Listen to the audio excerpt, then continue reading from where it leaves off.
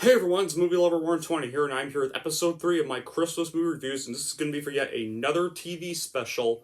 And this TV special is going to be for what is actually. This one is actually not a stop motion one, it's actually now in the traditional hand drawn genre of animation. Yeah, and this is for a special released in 1969, and like the first episode, is also from Rankin Bass. And that is none other than 1969's Frosty the Snowman. Probably the shortest one I have to review for this year. Because it's kind of only 26 minutes long. It's pretty weird. Yeah. So, the plot of this, well, we all know just by the Christmas Carol song. A discarded magic silk hat brings to life the snowman that a group of children made. Until a magician named, except for the magician part, until a magician named Professor Hinkle wants it back and the temperature starts to rise. Frosty will no longer be a jolly soul. If the kids cannot get him away from Hinkle in warm weather, so he hops on a train to the North Pole with young Karen. This would have to be my third favorite Rankin Bass Christmas special, behind Rudolph and Santa Claus is Coming to Town, which will be getting reviewed eventually. This one is actually, like I said, not a stop motion one. It's actually one of their 2D animated stuff, which is pretty nice. There are many other certain films ever since this would pretty much start this trope where a snowman comes to life, such as 1998's Jack Frost, which starred Michael Keaton, two bad direct-to-DVD horror films called Jack Frost and Jack Frost 2, a silent animated feature based off a book called The Snowman, and many more. Although none of them would ever succeed or come close to the success of this 26-minute Christmas special. I mean, yeah, it's weird I'm reviewing this because it's only 26 minutes long, but I believe it deserves to be reviewed anyway. Plus, a lot of specials I'm reviewing this year are pretty short ones anyway. So, but yeah, here's what I liked about Frosty the Snowman. Here are all the good qualities I have. 1. It's a nicely executed story about a snowman trying to take this journey to the North Pole before he melts. It stays true to the original song that the special was based on. Some perfectly great animation, especially for the 2D animation in this, and late voice actor Jackie Vernon, rest in peace, was perfect as Frosty the Snowman. And June Foray, also rest in peace, was also great as Karen, as so was Suzanne Davidson, who redubbed Karen's voice roles from the 1970s and then on. And Jimmy Durante, may he also rest in peace, was great as a narrator of the special. In fact, he actually kind of voices an animated version of himself in this special. Yeah, because his animated self actually also narrates the film. There's some plenty of funny moments here and there too, and some even great quotes from Frosty, even though this one can kind of get a little annoying, such as him saying happy birthday and then saying, hey, I said my first words. And let's also not forget the antagonist, Professor Hinkle. Now give me that hat, or else. Or else what? What? Don't bother me with details, give me that hat! Yeah. Despite the little screen time he seems to really have, Professor Hinkle is actually a pretty entertaining antagonist. Especially considering that he'll have to do anything it takes to get back his magician hat after he actually finds out it's actually filled with magic. Once that hat brings Frosty to life. The very emotional scene where Frosty melts in the greenhouse and Karen watches him die on screen right in front of her by crying. Some very catchy music, too. Such as the theme song, Frosty the Snowman, is actually in the special. And whenever Frosty comes to life, it's very well done. And it ended the golden age of American animation on a higher note, despite being a TV cartoon film.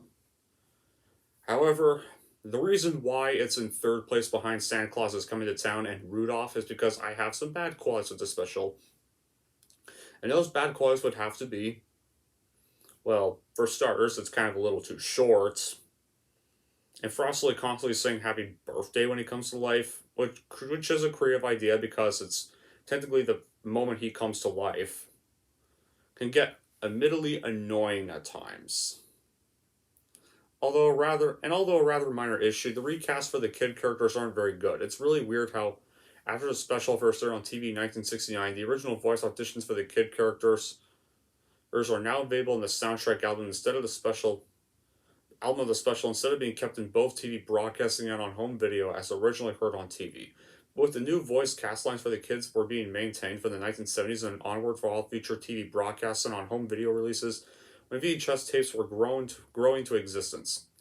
The sequel to this animated special called Frost, and also let's not forget, this animated special did get a sequel or two.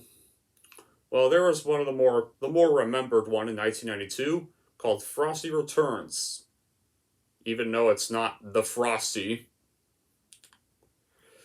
from the special, and it's a massive disgrace, and it betrays its source media.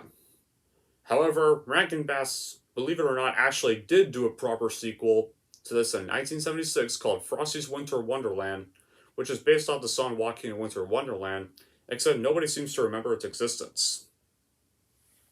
It's kind of just forgotten about quickly. The only one anyone seems to remember is the shitty one Frosty Returns.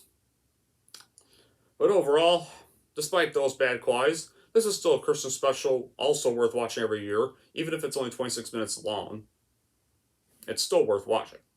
Well, I'm sure many of you probably already have watched it when you were kids, or continue to watch it to this day, like I do. So that's it for my review of Frosty the Snowman, and here's how I'm going to rank it. I am going to give Frosty the Snowman an 8 out of 10. And that's it for my review of Frosty the Snowman. That's it for episode 3 of Christmas movie reviews. Wait, actually, I have a little surprise. There's going to be a little bit of a bonus thing for this. Because, a little bonus scene, or bonus video for this video. On my way back from work, I got myself a pack of Dunkaroos from this nearby convenience store right at my house. So, I got them because they're a good little childhood favorite of mine, and I'm glad that one store brought them back in my area, so we're going to try them. These are the vanilla ones, because I always loved the vanilla ones when I was a kid.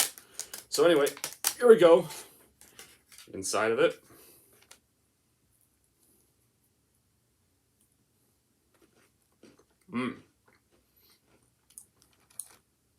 It's good.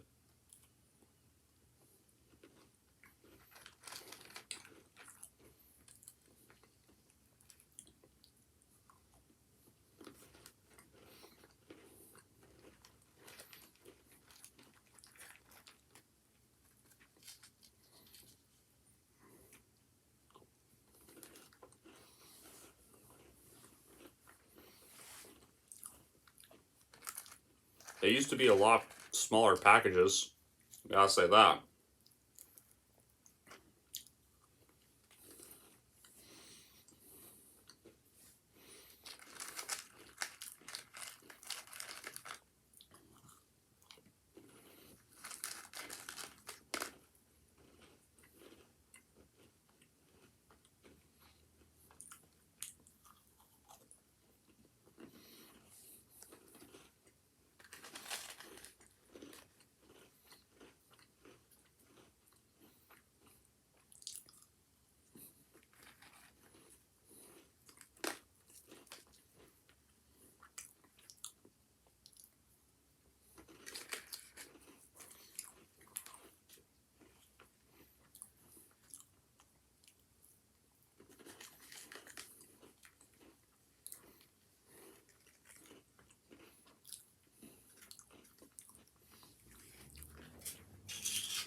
Alright. Still pretty good to this day, gotta say. Kind of feels like I'm kind of a kid again, back in the kindergarten or first grade when I always get these in my lunches packed. But anyway, that'll be it for this episode. I'll think of what episode 4 is going to be, but thank y'all for watching. If you liked it and want to see more, and don't forget to like, subscribe to Movie Lover 120.